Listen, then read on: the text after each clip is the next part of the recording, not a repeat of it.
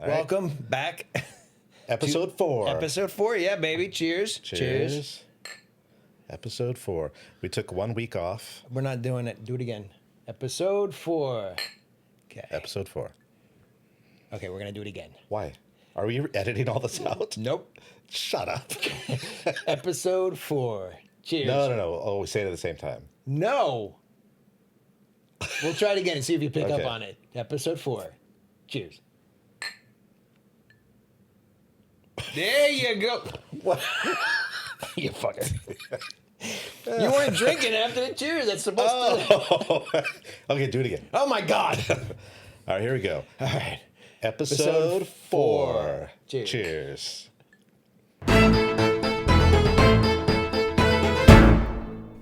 That'll be the point where it cuts to the title and the music, and then we'll come back. Nice. Just because I hope you will cut it. That took us like 7 tries to get right.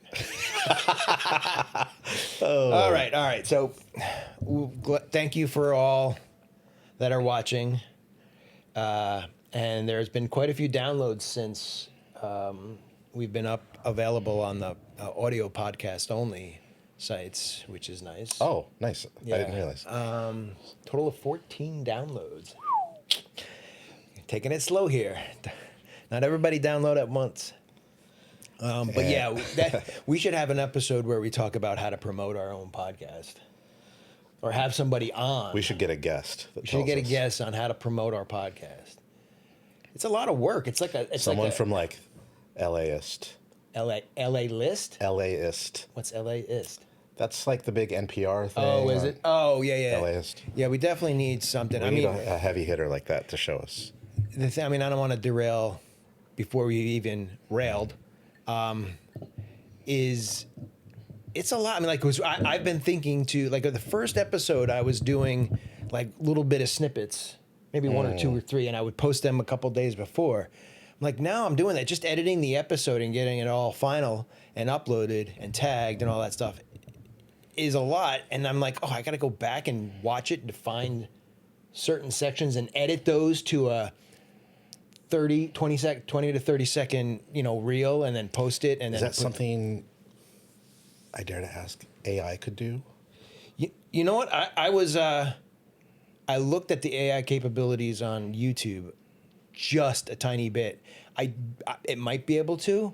Like, would you just ask it, like, I don't know, transcribe this? Well, it's everything? all transcribed. YouTube transcribes it automatically. Oh, okay. So can you make, just read it and find like some 5-second clips that seem interesting or funny?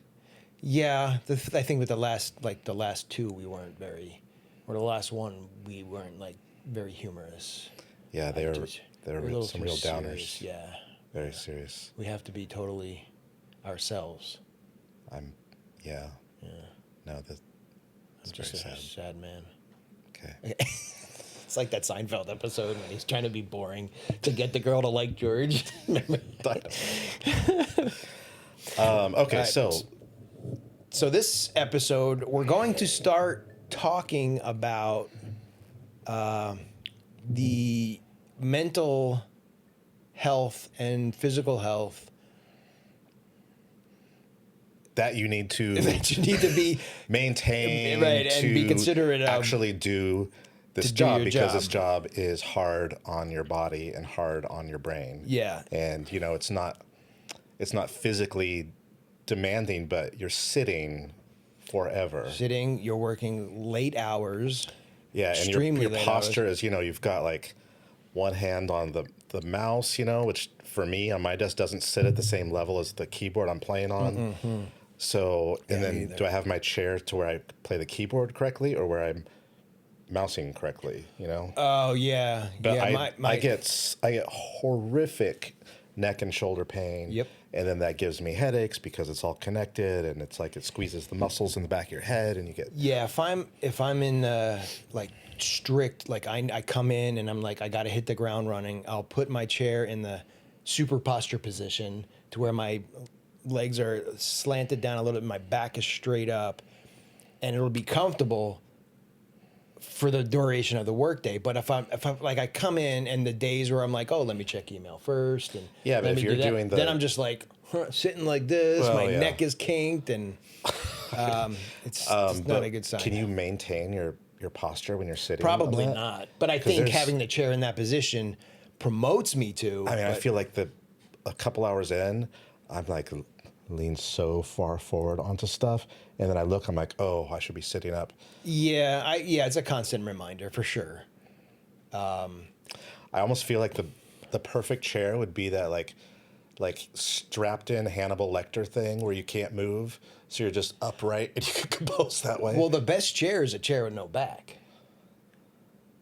And actually, that sounds like some ancient Chinese wisdom. That's what they say, but I would tend to want to lean forward more so I didn't fall back or totally forget Who says that? Who says what? That the best chair has the best back. Ergonomic for your posture chair is either those ones where your butt's down and you have the place to put your knees, or a huge yoga ball. I think that's old news now. I don't, because I've sat on many a yoga ball just at places that have them, and it doesn't make me sit up totally straight. I can totally hunch over. Maybe it's just good for your lower back. It's just a messenger. I know that's not comfortable. I've never done that, nor will I. And anyways, so the chair, super important. I've gone through so many chairs. I literally have 3 in my studio right now. Are they the Herman Millers? I swear by these. These are... No, I've had like so them? many of these because that was the composer chair. Oh, I got it because it's supposed to be a good... I'm sure they are, but I didn't know. I've never... Oh, yeah, these have been like, if you walked into any studio with a composer that was, worth their salt. Well, I've seen a lot of them. They had a Herman Miller chair. Recording studios have them, all over the place. So that was, I could not wait to get one of those chairs. And when I did, I was like, now I've got the chair. I've got the chair. I'm a composer now. I've got the pants. I've got the pants. But yeah, no, the chair is so important. I got rid of all my Aerons, all the Herman Millers, and then there was one that I saw at NAMM a few years ago, and the guy made these for recording engineers, but they're doing the same thing that we are. So I sat in one at the time. I was like, "Ooh, this is great," and then within a month, I hated it. Really? And then I got another one that I saw all these celebrities like endorsing. Sucker. And I think that, I think it was Stallone that was just like, "This is the best chair ever." That was my impersonation. Pretty good. I'm super good at them. And, but I'm like, that looks good. And then someone got one for my agent as a gift, and I was at his house, and I'm like, "Oh, that's the chair. That's the Schwarzenegger chair," or the whatever. Right, Sylvester Stallone chair. And I tried it, and again, I think it was just like, he said he really liked it, so I'm kind of like, yeah, this is great. Right. And so I bought one, and they're not cheap, and almost instantly I started hating it. So that's also sitting in my studio. Oh my gosh. I asked Koyo if he liked it anymore too, and he said no. And then what I'm... Probably better luck at Office Depot. Yeah, maybe. But what I have now is a chair made by Timothy Olton that's like the same brand as all the like furniture I have in my studio, so it matches. Oh, that's cool. And it's actually pretty comfy. Is it a high back? No. But it matches everything and it looks nice. The only thing is you can't adjust it, so the height is the height. No. And when I tried it in the store, I was like, "This is great. I love it." The height felt good at the desk that they had, and then I brought it into my desk, and I'm just like wheeling up to the keyboard, like, "Ooh, that's a little." Oh wait, your knees were hitting the keyboard? Or? No. It's so low that the chair is like, low. Oh, you're like, where's middle C? I can't. So you don't use that chair No, anymore? I do. Oh. It doesn't have. You should build like a little platform for it. Like or I thought that where the seat connects to the wheels, the base. Oh yeah, I thought I could get some just metal things. To put it taller. Some kind of a dowel rod thing and put it in there, and then use metal. Don't use wood. I don't. Yeah. Well, you could probably buy a hydraulic, but then you would need something to go in the side of where it inserts to press the. Dude, that's none of this is gonna actually happen. anyways, that's I good. can't find a good chair, but if anybody is watching, listening, and you say you've got the most amazing chair for composing in, like 8-10 hours a day. Leave in the comments, man. It's 'cause I'll always check good it to out. know. I do like my Herman Millers. I don't get any pain at discomfort, except this one this one has the lumbar support is broken on this one. Oh, I was gonna say it looks crooked. Yeah, it's broken, and I don't know if I can fix Like it. that one will throw all your discs off. Just sitting in it, you'll be having traction done. Okay, as far as that's sitting. So, and then the other thing I do that I think a lot of like smartwatches do now, but mine tells me time to stand. I think everybody's does at the same time every day. When We're all getting up, standing up. We're all I know a it moves hive the mind. earth like slightly by it. But I do try to stand up when it does that and walk around till it tells me I'm good. Oh, I don't know that I should have stand until I've walked out of the studio and then I get the alert. Yeah. Oh, You've achieved your stand goal. And I'm Right. like, what? I didn't do anything. But it's just what you have to stand a certain amount every hour. yeah. It's only a couple minutes. I don't But I understand. actually bought a thing called a slack board. It looks like a snowboard with a You got one of those? And so when I do my standing now, I balance instead.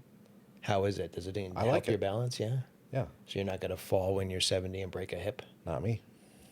I know. I was actually looking at those. I'm like, that actually seems pretty because everybody should work on their balance. I mean, regardless what you do for a living, because when you get older, your balance is a little iffy. I'm not talking from experience. Well, yeah, you do. I mean, you just notice, all old people, a lot of old people over 60 and 70, not 60 is old, but 70 or 80, they tend to fall a lot. Yeah. And I think that has a lot to do with the muscles that help you keep your balance. Well, they get weak for over sure. time. So I figured if you practice your balance now while you're fully able to, it will help you in the long run. Just with like any exercise. Yeah. So good chair. Good chair, Get up, shuffleboard, stand. or what is that? What was that called? Shuffleboard. What'd you call it? I already forgot. Must not be that important to you. It's the balancing thing. I forget what I called it. Surfboard, board, band, rubber band, stand, rubber band. You you made me forget with all your all the jibber jabber. But then like actually getting out of the studio. What fun is and that? Walking and Yeah. just clearing your head Yeah, I and walk just the moving dog. your body, and that's I find that to be It helps. really yeah. important. I mean, everybody's different. This is not a blanket statement, but we're just obviously with everything else, we're just giving us from our experience. Now, as far as, I mean, that's the physical, and I'm sure we'll hit on some more stuff physically, but then there's the mental aspect of it. And We should end this with a plank contest. a plank like on your elbows, I can't. I would, but I can't. My shoulder. Oh, Yeah, I have a bone in it. yeah, that. Anyway, the mental aspect. Now, I don't know how to start this, but being a composer, and I can't, I can only speak for myself and possibly you because we've talked so much about it, is we rely on emotion a lot when we Well, I create. mean, anybody that does any kind of art is, to use a Top Chef reference that I Please do. absolutely hate, is you're putting yourself on a plate. No, you're right. You're right. It's everything. It's like, these are all my thoughts and emotions, and I did it in the privacy of my own studio, Right. all by myself, with no one there for hours and hours and days and months, and now here it is for mass consumption. and everybody's- and for me, I'm sure you're the same way, but I mean, I do read reviews as soon as something comes out, and I'm scouring for, like, do they talk about the music? Do they talk about the music? And I just can't help it. But I could have 100 people say this score is so genius. It's the most beautiful thing I've ever heard. And then there's going to be that one dipshit that goes, sucks. And You'd be laying awake and I'll at just be night. like, oh no. Like, what? You'll start a conversation with this guy. What about it sucked? Yeah. Why am I so bad? Yeah. But it's really, and like, I cannot remember any like good comments I've had over the years on all the projects, but I very specifically remember one comment where someone just said derivative, Oh God. and it's never left me. And Yeah. Well, I mean, I'm Jesus. gonna find that guy. So much stuff is derivative of stuff you can't help but be derivative of. But what a shitty thing to say. Of course. Well, the only thing And is always if you have nothing nice to say, don't say it at all. I know the internet has just given voice to everyone's Who like should not have a voice. inside voice. Yeah. It's like all the things like don't say that out loud, and you wouldn't out in real life because you'll get punched in the face. But the internet, you can hide behind it and in your say mom's whatever you want. basement and say derivative. Yeah. And then no one will get you except Yeah. I am still looking for you. But I'm like that same sort of thing goes for like when you pour your heart and soul. I mean, hopefully you pour your heart and soul into everything, into a reel or a pitch that is you write on spec or for spec. I don't even know how to say it. You're right. On spec. On spec, and then you have your reel. You put it together, and it either doesnn get listened to, or it gets listened to, and you don't get a call back. I know, which we now know thanks to our Sam. potential sponsor, Real Crafter. I'm like, is this doing good, or is it just giving me more mental insecurity?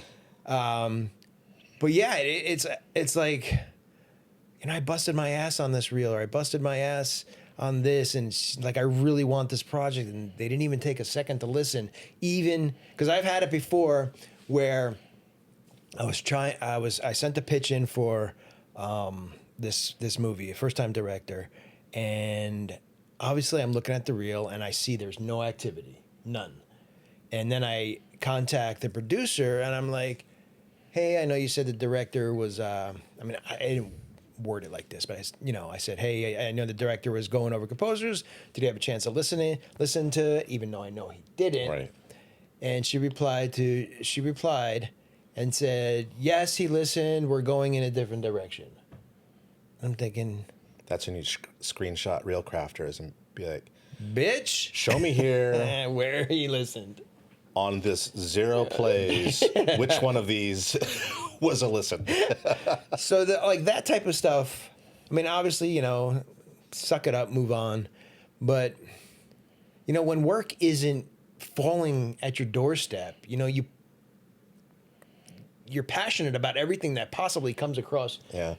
Can we take the slight derail, but just thinking about doing these custom demos for people, and that takes I feel like more effort goes into the pitch sometimes than after you get the gig, because it's your Right. you're hyper focused. Yep. But is there any way, if you don't get the project, can you write that off on your taxes as Time spent. I don't know, but how does that? How do you equate? Can you say my day is worth? Or your rate. Somebody like you, you're going to say my day is worth $25,000, Someone like me. and I would like that to be true.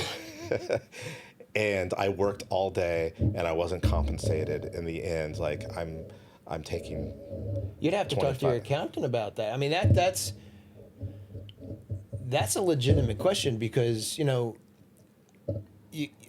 don't know if you can write off 100% of it, but write off what you would if you were getting paid for the gig, Yeah. Like, I don't know. Anyways, hell, anything these days that you can use as a write-off is worth it. you could just make a career in demoing and then get a handsome refund at the Or not have to pay any taxes because exactly you have no these, taxes but a refund. That's a loophole, I think, that doesn't exist. So you might not be. How do you prove?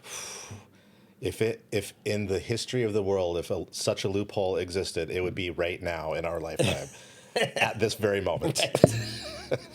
And we will take advantage of it. But yeah, so anyway, so that type of mental impact when, you know, like that'll depress me for a couple days, you know, if yeah, not so more. there's, I mean, and then, there's, then you're like, what, do I suck? What am I doing wrong? I'm not where I want to be.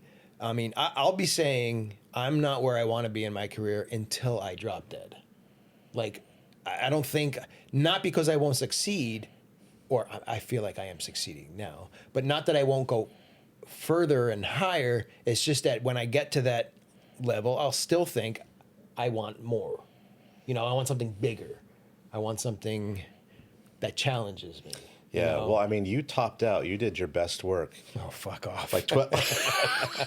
I mean, Topped out. I won't name the project, but that, for me, that's the best he'll ever do. So I can see So there'd what? be Am I some, not a threat? I Is can that see how there'd you be see it? some depression knowing my best work is behind me. Yeah, yeah. I'll tell you, man, that along with having kids that are in college, you're just like, well, now it's like you're sliding down a hill and you're just trying to grab onto everything to slow it down. I know, you're like Boba Fett slide into Sarlacc's pit. Yes. And I don't have Lando to save me. Lando didn't save Boba Fett. No, but Lando saved Han. Like I would. Right. Right. So I didn't have Lando to save me. I'll save you. I'll You be your weren't on that I'll be your skiff? Lando. Oh Or my your Han. God. Hey now. But yeah, so there, besides the rejection part Rejection's and huge. the some dummy gives you a bad review that shouldn't mean anything, Yeah, but shouldn't. it does, and then just the constant second guessing yourself, coming up with a new idea, just the deadlines with. I'm sorry. It's just the vent turned away from us and we weren't getting cool anymore. Are your feet? You get feeling it now? Yeah. Okay. Like, hey, wait until I was talking to do the beeps. Well, I couldn't do it while I was talking. I can't do two things at once, according to my wife. But so yeah, all of that stuff, and then the just beating yourself up over what's my idea, how am I going to make this project unique, and then the deadlines and the I'm not great about scheduling myself. I always tell people that games are luxurious because you usually have more time, but I'll get the question like, well, how long do you think it would take you to write X amount of music? Oh, And yeah. like, it'll take me exactly as long as you it give takes. me. Oh. Oh, no, as it takes. As you give me. I'm like, can we do this in 2 weeks? Yep. It's going to really suck for me though, but I will get you something that'll be okay in 2 weeks. Is it a year? Like, well, that gives me plenty of time. I'm not going to work on that full time for a year because that's way too much time Yeah. to be working on it. But so you just naturally, it's like if you put a baby alligator in an aquarium or terrarium or something. Supposedly, this may be fake news, but supposedly it only grows the size of its environment. I've heard of that in a lot of reptiles. Yeah, so it's like that. Like the terrarium is the amount of time you give me to work on it, and the music is the alligator, or my time is the alligator. So it will fill up your block of time you've given me. Time you've allowed. Exactly. Right. Yeah. Yeah. I've noticed like if I'm working on a project and somebody says, "Well, how long will this take you to do?" Like it's so hard to have an answer at the beginning because you have to go through that establishing template set, to work out what exactly the sound is and get everybody to agree on that. So I try not to put a time on that. I try to say, well, once that's done, I can move quick. Like now that we have the palette and, okay, sorry about that. Camera went out again. So I think I was saying that if the project is established and the sound palette is established already, giving more of a timeline is easier because you have the elements and then it's just about how fast you work, how efficient you are with working, Yeah, but even with that, I mean, even at my fastest, like when I was doing some TV and I got pretty fast, If someone gives me more time, I'm just going to take it. It's not like I'm going to maintain that speed if I don't have to. No, right. Of course. Like, I mean, I don't know. I try to do 2.5 minutes a day, but sometimes it's way more. Yeah, Sometimes but it's that's using way your less. symphonic adventures and an Omnisphere pad. What's symphonic adventures? I thought that was the thing we talked about last time. Percussive adventures. Oh, well, there was symphonic adventures there? too. Yeah. Anyways, that was from last week. Yeah, we can't rewind. We can't go back in time. No, but anyways, yeah. Time is a big issue, but that's one of the stress factors, and then honestly, if as a freelancer, what's my next gig is constantly a giant monkey on my back. We talked about that. The monkey bars. Yeah. In the first episode or second episode. But yeah, no, that's totally. I literally spend every day, hours of my day, looking trying to line up stuff. Trying to line something up. It's hard. I mean, like, not luckily. I mean, I'm in a little bit of a lull right now. And I've had about 4 pitches in the last 2 weeks. And I'm just like, oh, it'd be great if I got all 4. It would be great if I had 1. And they're dropping off like flies as the days go by. I'm like, please just let me get 1. Well, yeah, I'm up for a couple of big games right now, and obviously I want them both like so bad, and I already know like how they're gonna be different, and each one's gonna be so cool in its own right. But then it's like, I'm still trying to pitch for other things, but that is kind of like, oh no, what if they all come in at the same time? Well, that's why you have writing partners or not ghostwriters, additional writers. You don't what? I just don't like to do it. I would totally, like, if I had 2 TV shows just fall in my lap, I totally would bring 1 or 2 guys on. All right, I'm available. Not with your 4 games you're doing. Damn it. No, seriously, I don't mind work. Now I don't mind. I mean, like, I never entertained the idea, but now that I've worked with other composers a lot in the last 3 or 4 years, I don't mind it at all. It's a lot of fun. If I could do everything myself, I would, but because time and deadlines, Yeah, I mean, I can see how it'd be fun to be working for someone like Lauren. And then you've got your own little community of writers, and there's like the camaraderie that goes with that. But as like the main composer for myself, I don't have the volume of work coming in that he does. So, neither do I. I've never been comfortable with that part of bringing people on. I think we talked about this before too, but I just always, once the project comes out, I regret it. I'm like, oh, I wish it had all been mine. Oh. Yeah, I don't know. I guess that is, I mean, don't take this the wrong way, because, I mean, I think I like it too. It's an ego thing. It's like you want the whole project. Oh, of course it is. The whole project yourself. I know. And nobody else, there's like no other in film or games, is there another job that is like, I'm the only one. It's usually everything teams. is a team of guys. I mean, from everything, like if you go to Taco Bell, there's 3 people making your taco. Right. Like, there's not one guy that's like, I made why should one guy... every freaking taco today by myself. Right. No, you're right. I mean, like, yeah, I don't know. I can't get over it. When I worked with Stu on Para Aspera Ad Astra, I always say the name incorrectly. Ad Astra's I know, but the Chinese movie was Per Aspera Ad Astra. And that's the English, or that's the Latin title. The Chinese title is just all their Chinese writing, Mandarin writing. Or is it Mandarin language and Chinese writing? I don't know. That's a question for Faye. So anyway, working with him, I mean, splitting up the work was, I mean, it was like a lot, because I knew I could produce good stuff. I knew Stu could produce. I mean, it was essentially Stu's gig, and he brought me on, and it was just a great collaborative effort, and I felt no shame in sharing the project with him. No, and it could be fun to and even with for sure.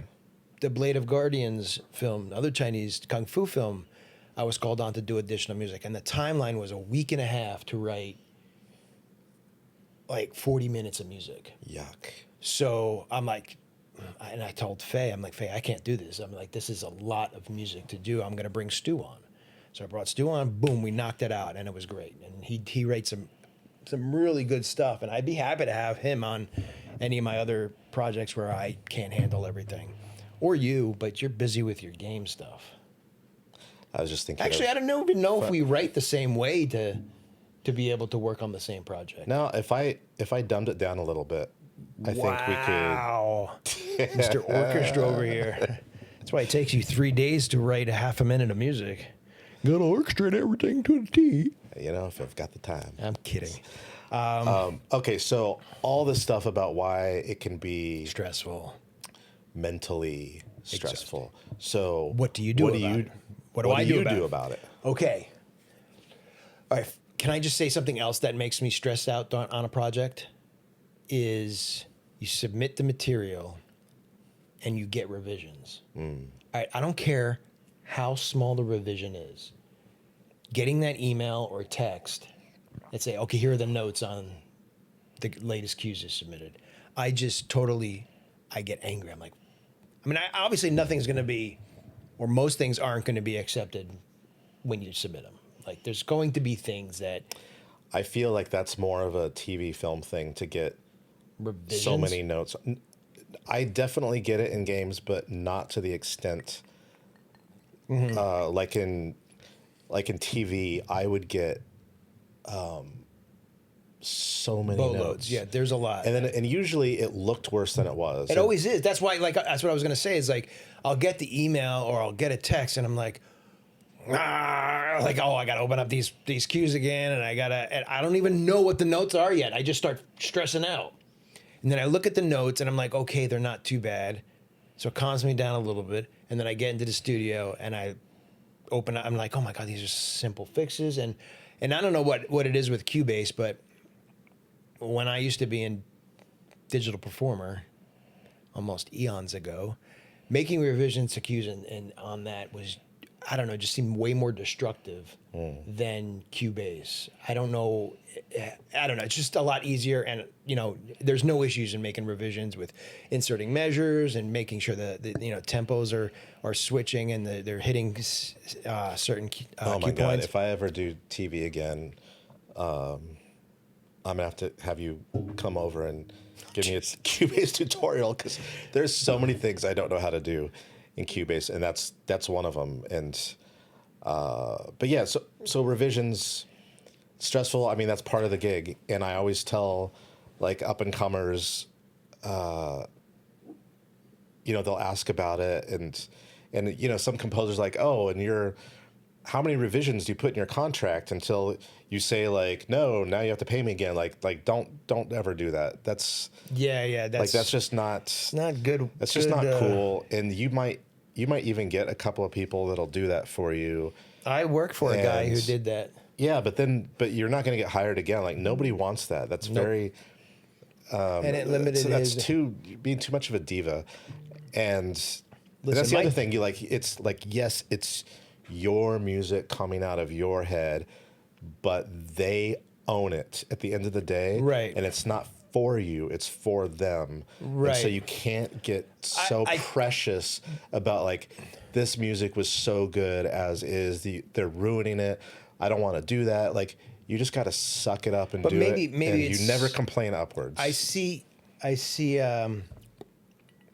Maybe the point because I was in a situation on a project, a film project, and the revisions were just getting insane. Like, not because I was, well, in his eyes, I might have been doing something wrong, but his vision kept on changing. So I can understand where that's a different story. A clause in the contract would be, you have so many revisions, because I've experienced a director or producer that changes his mind constantly. And like personally, after that situation, I still wouldn't put that in my contract. Well, I wouldn't put it in there anyways because they're going to fight you on it anyways. Yeah, because I mean, if your you even job. get it in, it wasn't worth the battle because now you look like you're hard to work with. Right, exactly. But And that's one if thing you there's don't want to something, be. I mean, if it started out as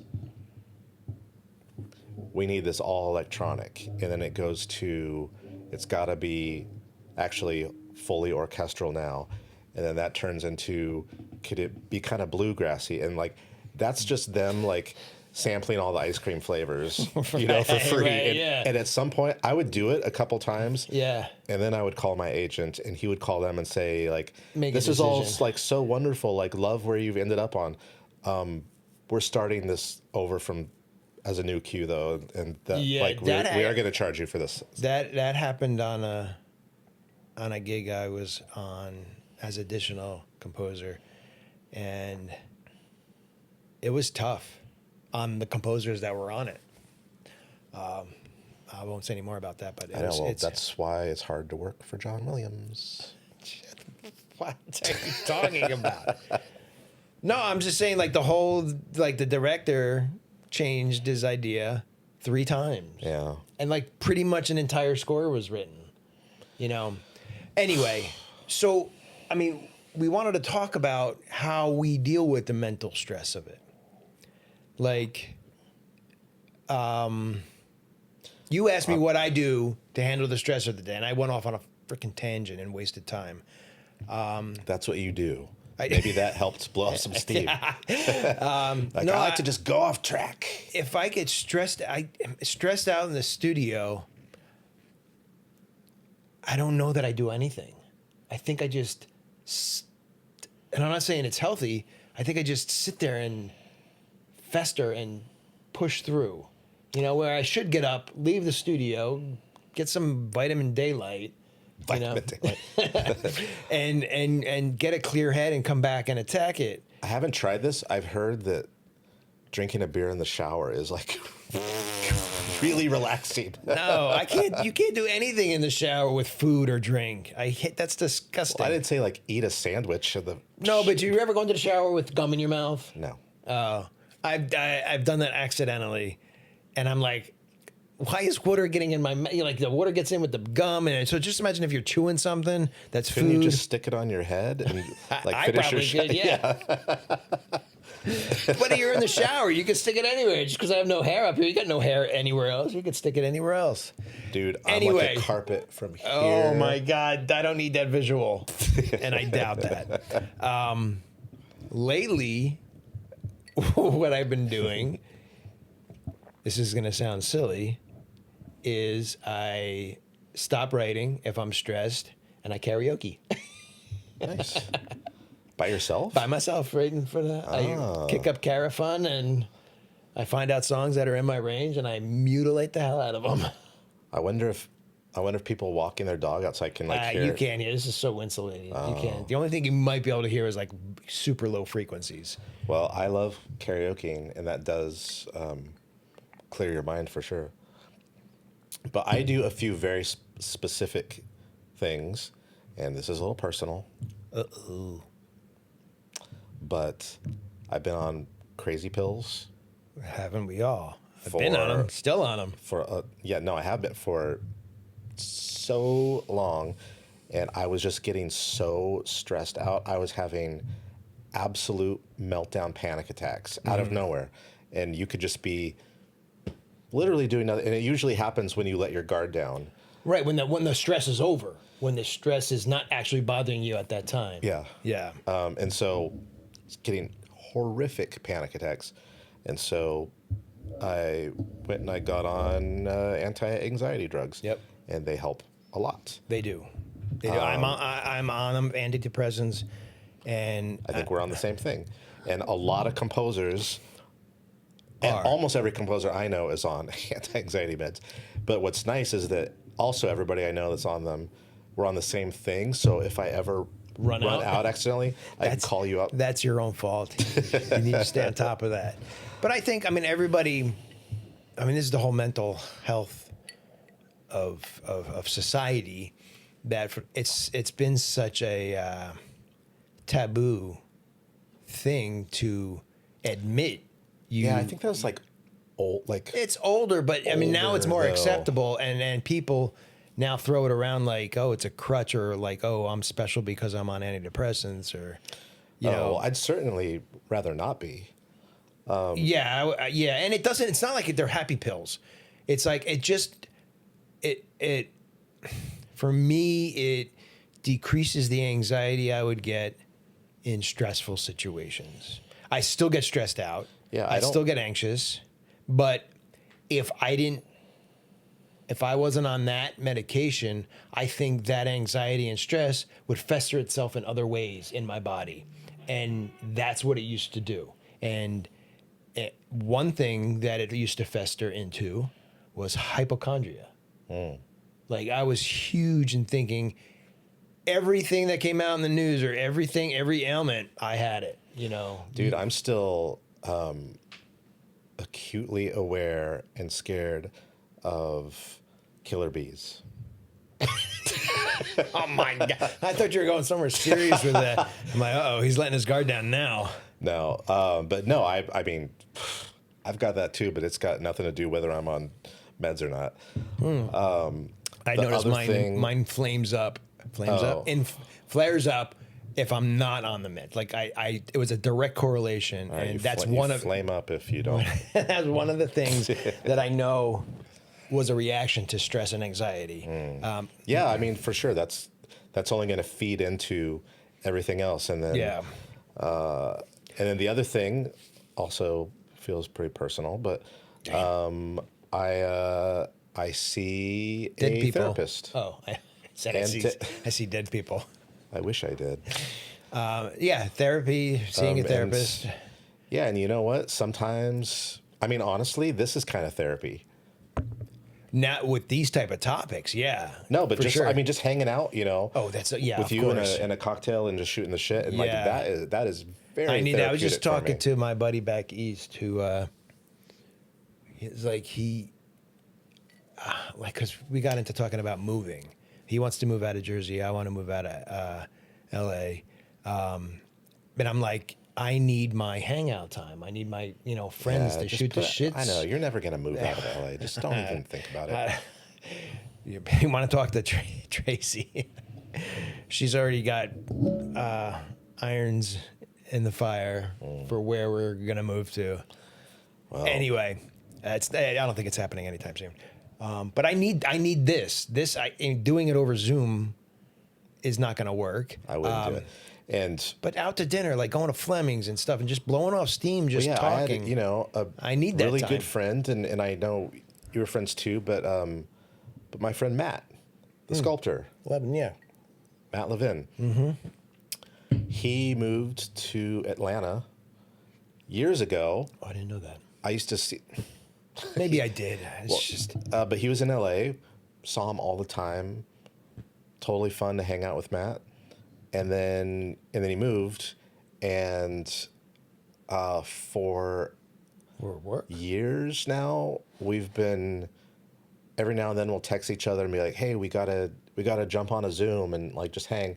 I'm like, yes, but now he's 3 hours ahead. yeah 3 hours ahead, and I'm like, okay, well, I get done with work around this time. Is that too late? Yeah, that's too late. Can you do it then? I'm like, no, not really. And it's just, and it never happens. Yeah. And when you're the long distance keeping up with friends like doesn't work for me. Yeah, no, it doesn't. It doesn't happen. You just, my buddy Jay, one of my best friends, when I lived in New Jersey, and still, we talk every day on chat and stuff, and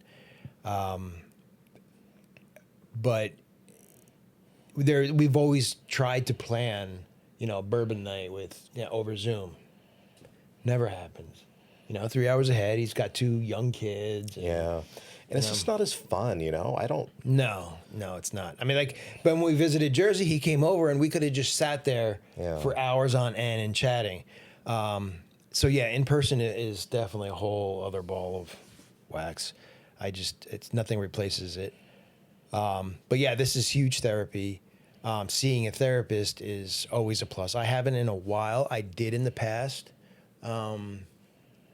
I need to see the type of therapy that changes my way of thinking.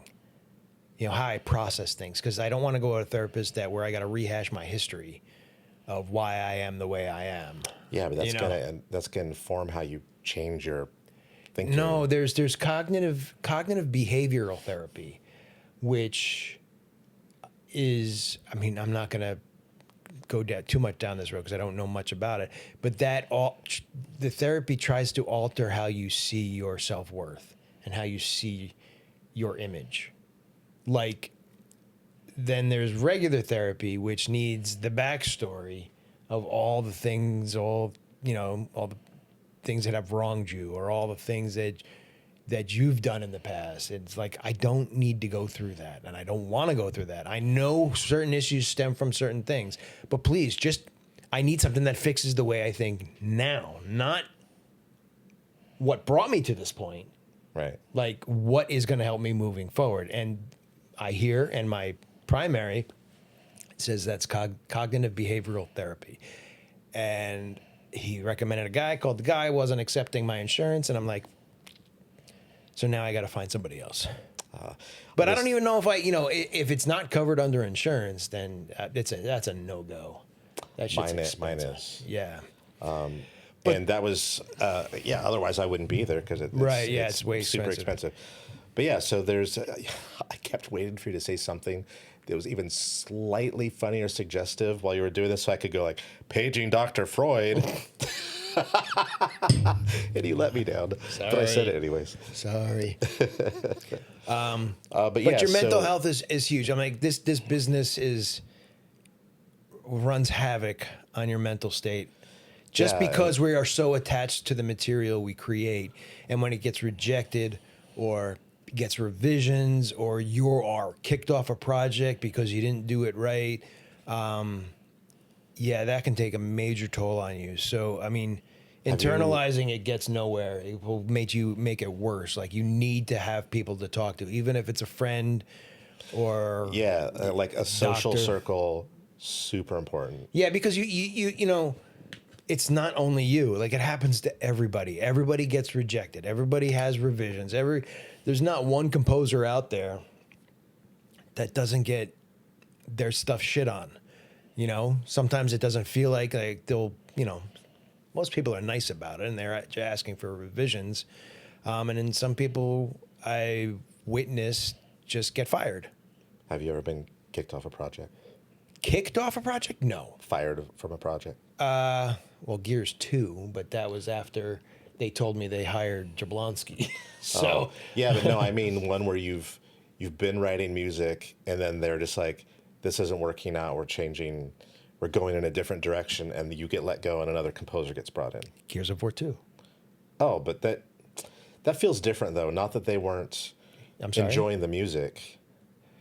That felt like political, maybe. I'm sure it had a touch of that, and it had a touch of big film guy coming in to score the second game of a groundbreaking franchise. Right. So that was, I wasn't creating the sound they wanted. Which is crazy because you established the sound.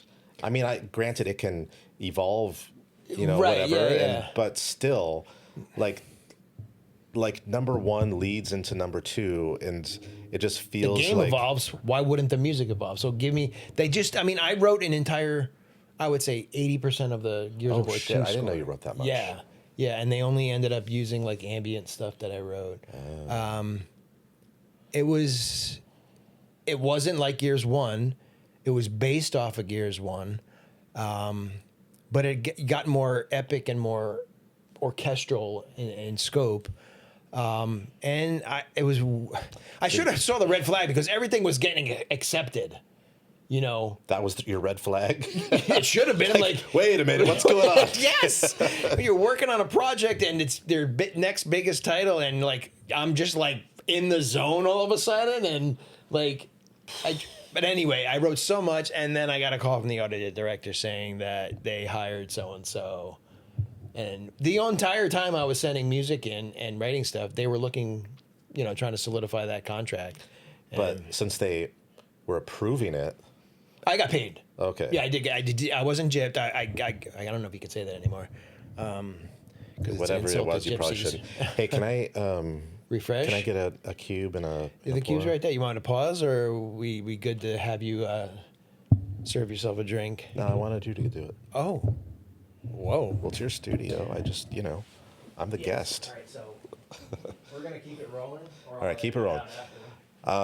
So, yeah, I know we've kind of harped on all these things, but we came in today and we're like, what should we talk about? And we've got a million ideas, but then one that just kind of came up was, because I think about it all the time, is your physical and mental health. So yeah, there's just a very quick recap, and then we could maybe move on to what? Do you want classic old fashioned, or do you want maple bacon? I'll do maple bacon. Maple bacon's good. All right. So yeah, invest in a good chair. Why is that funny? Sorry, because I didn't hear the stuff you were saying before you said invest in a good chair. Well, when you're editing this later, you can refresh your memory. All right, invest in a good chair. Try to get some exercise, move yourself, go work out, see a trainer, whatever, to help actually with your posture, because you don't want to be like one of these like hunched over people slowly walking across a busy street, and we're all waiting for them, and it's taking forever. But then I look at those people, and I'm looking at their freaking hump, and I'm like, oh my God, that's a year of leaning over, and you could just totally get into that, and then your fascia is all built up and you can't break out of it. And anyways, it's this job is hard on your body, just from being sedentary. We're not logging or chopping down trees or anything like that. So move yourself. Try to have good posture. Get up, stand, slack board. That's what it's called. Get yourself a slack board. Practice balancing. It does wonders for you, actually. And then mentally, like, have a network of friends that you can talk to and complain about things. That shit rolls downhill. Don't ever complain to somebody that could be your boss, whether you see them that way or not. Nobody wants to get complained at. That's what your friends or your wife or your husband or your pets are for. Bitch to them, because you all have similar stories. We all have similar stories in this industry, and I mean, and don't be scared to seek help if your friends can't do it for you. It's get professional help. Yeah, just go to your doctor. Say I'm feeling very anxious. I'm having all these symptoms. They'll prescribe something. Yeah, there's nothing wrong with that. There's whatever helps you get through your life doing what you love that also stresses you out. And no excuse of like there's no time to. You can find time. I mean, so far the majority of my career, I've had the 2 kids. And I still was able to work out 3 days a week, still able to make it to all their baseball games and still maintain this career. I'm not saying it might be different if that wasn't the path I took, but I was able to do it. Yeah, I'm not bragging. I'm not bragging, but what I'm saying is, like, because a lot of, colleagues were like, well, how do you do all that? How do you maintain a home life, a family, going to your kids' baseball games, working out, and getting the projects done? I'm like, well, there's no other choice. You make it happen. I do feel that period of my life, which was just was over about a year ago when the boys graduated high school, I do believe my networking and industry socializing took a hit, which possibly made When that was over or during it? No, during for the many years that I coached baseball, and then but you know what? Those are the craziest places where they become networking, and you meet some of the kids' dad who's like, "Hi, how are you?" Like, "Oh, I'm J.J. Abrams. Who are you?" Like, yeah, it's funny. It's on the boys' baseball team in high school. There was a family. This woman's dad is a producer, and he's actually doing a movie that I was trying to pitch for the longest time. So it finally went into production, and I used my connection. I tried, hey, is your dad? Would you mind if I contacted your dad? Blah blah blah. So she said, yeah, no problem. And she didn't know the status of the film or anything, that they just started shooting. Her dad replied to her saying, we already have somebody. So they had somebody, because the movie has been, trying to get made for a long time. So I think they locked down a crew early on, which I didn't know. But that goes back to saying, like, in those situations, you meet people by chance that, could possibly, help your career. And, I'm not saying that this would have, or now it won't help my career because I'm not working on the film, but who knows what I might lead to if I stay in contact with the guy. But yeah, going back to it is like, don't make excuses. I mean, there's you can get it done.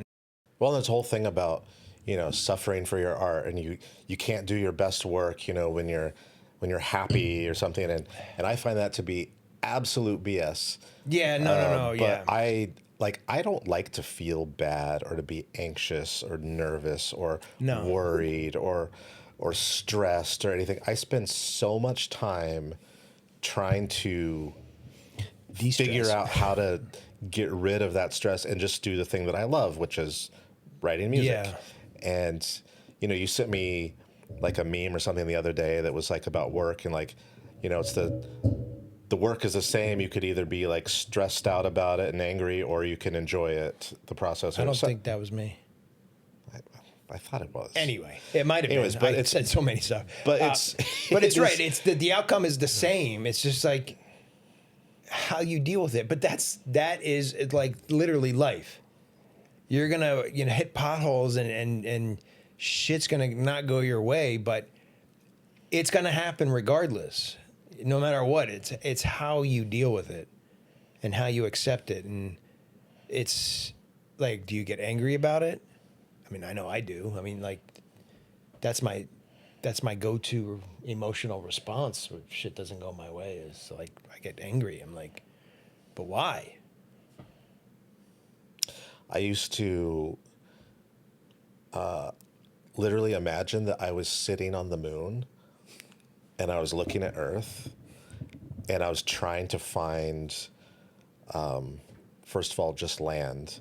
And then as it came around, trying to find North America, and then find California, and then zoom into Los Angeles, and then zoom into whatever. How minuscule. And then, but you're like, and then think about this problem that I'm having, like, oh no, I'm on revision 3 of this thing. And then look at it from a major distance and be like, oh God, who cares? Yeah. Who cares? Yeah. No, that's a good way to do it. What's the highest version you've had to go to? Yeah, I don't even know. I've some like 24 That's a lot. rings a bell. That's a lot. Yeah, that was on. I guess it doesn't matter what it was on. It was just I remember seeing V24.01. Final, very final, final, very final, I'm done. But I don't even know if that was like, it might have jumped for no reason. Like sometimes if you're asked for a revision and it's such a, like, the way I do revisions is versions, like if it's like, first thing I submit is version 1.00. Revisions without changing structure, I just go up a 10th. So 100th. Version 1.01. and then I go up incrementally from that. But if it's a bigger revision, I go up a whole number. Like it goes to version 2 or version 3. Yep. And if it's a total 100% rewrite, I'll probably jump to version 10, just so it differentiates from the previous version. So on a version 24, it might not have been exactly 24 revisions. Like there might have been some numerical jumps in there. It all depends on what the revisions were. I don't remember. I recently had my most revisions on something, and I'm not trying to be funny or oh look at me and I'm so good, but maybe it's just a game thing because I did, like I said, get way more on TV, but I don't get revision requests that often. And like full on cues that get thrown out where you have to start from scratch, almost never. Like I always thought I'd have a folder of stuff that I could, put into a library or something later. And luckily I don't have that, but I was doing something somewhat recently within the last year, and we got to revision 20, and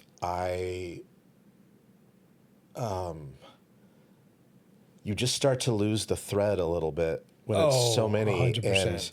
And the first time you do it, you think like, this is it, obviously, because that's why I'm turning it in, and it's so good. And then it gets like, oh no, here it's all this stuff is wrong, and like, okay, let me follow the notes and do that, and then no, that's not quite right, and now this or that, but it like change, like when you do something different here, that kind of changes maybe something there, and now that doesn't work anymore, and it's like, okay, well, let's figure this out. Right. But then when it starts getting like super into the weeds, kind of, and like, okay, seconds 50 through 52, all right, and you're like, it's 2 seconds of music, like, okay, it's totally worth it to get in there and change those. You have to think that nobody's gonna notice this.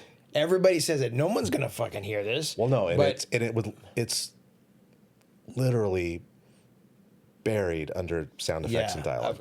Always. But the thing that absolutely blew my mind in a terrible way is version 20 finally, like, this is it, recorded live. And it's for a game, and this was for a cinematic, actually. And it looked so cool, and I was just so stoked that, like, it's just fun to write against picture because I don't do it that often. Right. And so I had a lot of fun. Even with 20 revisions, I was still having fun, even though some of it, I was like, oh, I don't know if it's worth it, but okay. And then recording it all, and then getting it mixed, and it sounds so great. And then that whole cinematic-y, trailer-y thing went to a music house for some polish, like more sound design, sound effects, maybe do some ADR or whatever. And but they took it upon themselves to in-house replace, I would say, 80% of my music. What? And with non-live music or things that I already had, adding in like all this percussion on top, and I'm like, no, that's not what that needs to breathe. Like, why are you doing that?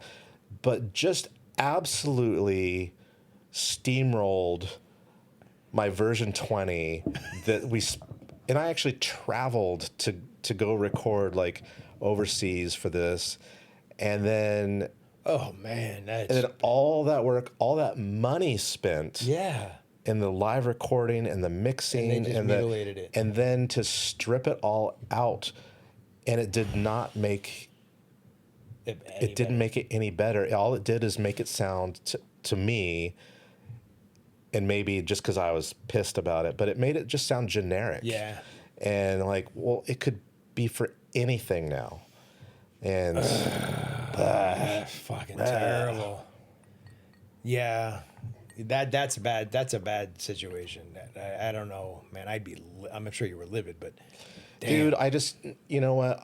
That kind of stuff, I I don't have room in my brain to take it too personally and to get too mad about it. Because at the end, it's not mine. I wrote it. It's a work for hire. They own it. They can do whatever they want. I wrote it. I had fun. I got paid. I got to travel. I got to record. And like, you don't want to use it. That's your prerogative. I didn't honestly get too upset. I was just disappointed. Yeah. Yeah. Disappointment is, yeah. Well, like you're like your mom would tell you, like, I'm not mad at you. I'm disappointed. I'm just disappointed. Yeah, I got a lot of that. But yeah, I noticed that. I feel that when I'm like up to even like the 10th revision or the 10th version, that the piece is just held together by Scotch tape. You know, it's just like really weird how I hear it and visualize, like you just changing a section here, changing a section here, and it's just like patchwork.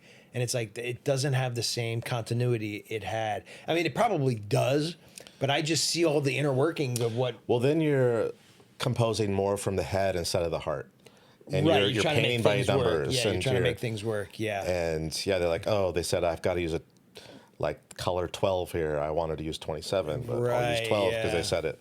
And yeah, it is held together by Gossamer.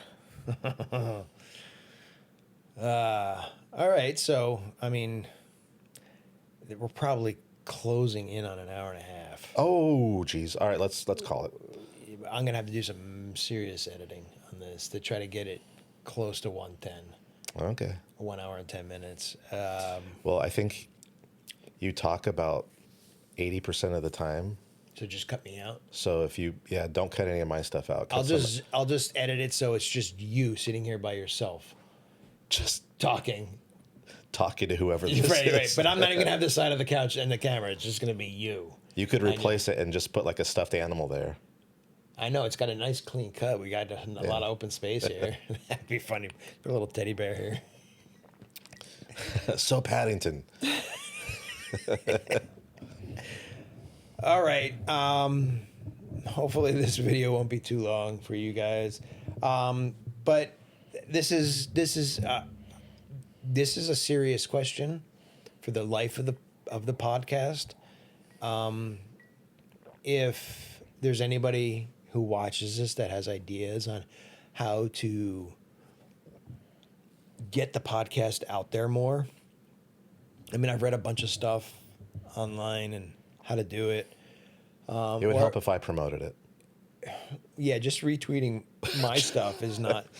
I've been a little not embarrassed. the best. You've been a little embarrassed. Yeah. It's out there for the world to see. I know. I just get I get flustered thinking about seeing and hearing me. You've got, you know what? When you share stuff, there's more response than when I share stuff. Yeah, I know. I don't know why. But I know why. It's all your groupies.